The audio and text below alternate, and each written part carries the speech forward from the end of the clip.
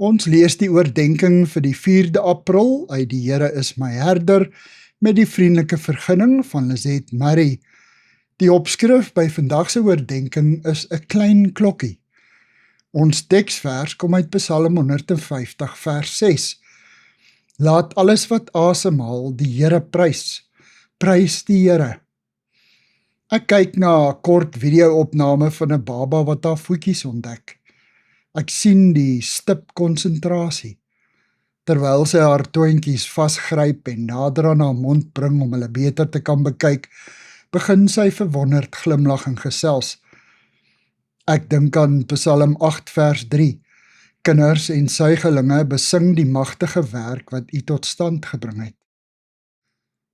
Onwetend besing hierdie baba God se magtige skepingswerk. Sy sien 2 klein volmaakte voetjies, skepingswonders wat ons volwassenes soms as vanselfsprekend aanvaar, omdat ons met verloop van tyd afgestomp raak. Dit laat ons verwondering oor die klein volmaaktheden rondom ons verloor. In Thich Nhat Hanh se boek Silence lei een van die opskrifte Listening to the Sound of a Bell. Hahn skryf dat Asiatiese huishoudings dikwels 'n klein klokkie het wat die ma soggens lui om die gesin bymekaar te roep.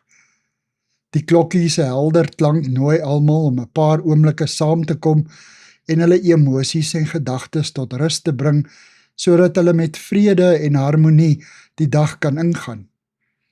Christengesinne kan gerus weer die gebruik laat herleef om saam rondom die woord stil te word voordat hulle soggens uitmekaar spat.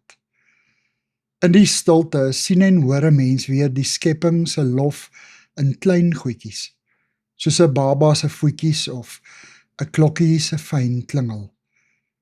Here, help my om ingestem te wees op die wonders van U skepping, sodat ek U lof kan besing. Amen. Dankie vir die saamkuier. Ek deel Lizette se kontakbesonderhede in die inligtingsparagraaf van die kanaal. Daar is ook skakels na voorlesings van Lizette se ander publikasies wat hier beskikbaar is.